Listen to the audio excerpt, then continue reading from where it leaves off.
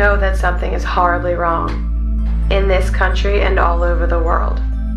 And if you're paying any attention at all, you know it's getting worse. The privacy and freedoms you once took for granted have been taken from you without your permission. And in return, you've been given the false promise of safety. But safety from what? And from whom? The only real threat is coming from the people in power, those who pretend that they're protecting you. More and more frequently, peaceful citizens are being beaten, tasered, and shot by police for the most trivial of offenses. And we stand by and watch. Soon enough, it's forgotten about, and rarely is there any kind of punishment or retribution of any kind against the uniformed attackers. Some are even hailed as heroes for attacking these innocents.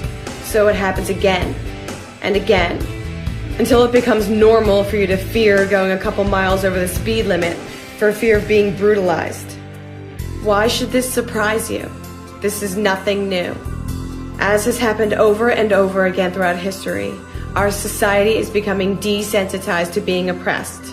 And that means a terrifying future for our children and their children. It's not okay to see injustice and let it go. But people do it every day because they think it doesn't affect them. It does.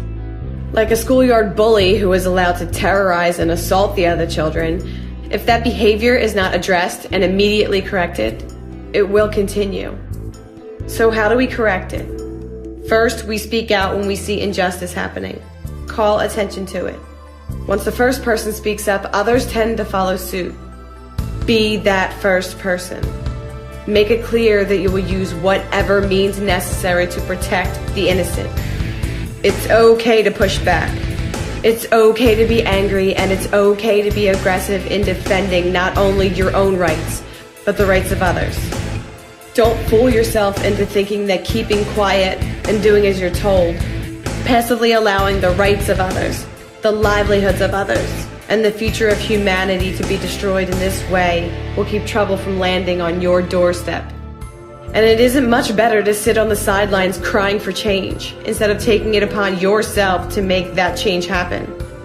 People have to pick their battles. The goal here is not martyrdom. But if you will never resist, if you are never willing to forcibly defend yourself or your fellow man, if you will never draw a line and say, "This I will not allow," then you have already lost. You are already a defeated and conquered slave. Look at the societies where everyone minded his own business, tried not to make waves, and didn't resist. How did that turn out for them? This country is headed down the same destructive path. If that's okay with you, then just remain silent. Just go with the flow and do as you're told.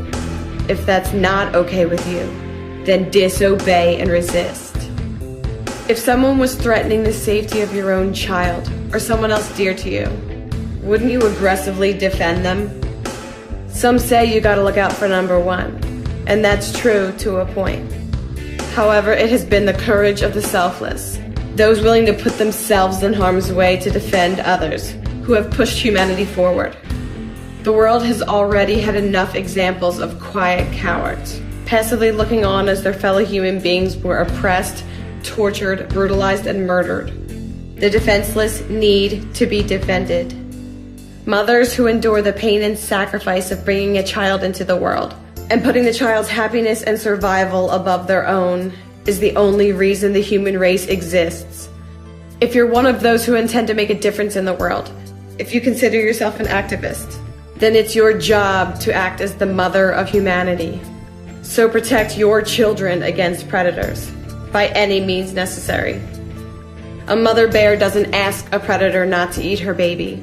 She stops it from doing so using defensive force. Often the mere threat of force is enough to stop an attacker in his tracks. To understand this is vital. This means it is possible to lead a non-violent resistance, simply by letting it be known that we will not stand by and let another person be harmed. In the wild, the predators pick out the weak of the herd because it's safe. The human predators treat the human herd the same way, targeting one person at a time as the rest of the flock stands idly by watching. It's high time the good people stopped allowing the weak and helpless to be picked off one at a time by parasites and predators. including the parasites and predators who wear badges and uniforms. If tomorrow you are the target of the power-happy thugs of the world, you will want more than anything for others to stand up with you, to protect you and defend you. But tomorrow you will not deserve to have anyone stand up for you if you do not stand up now for those whom the predators are victimizing today. It's time we dig our heels in and let it be known that we will not be beaten down. We will not stand by and watch. We will resist, and we will not give up.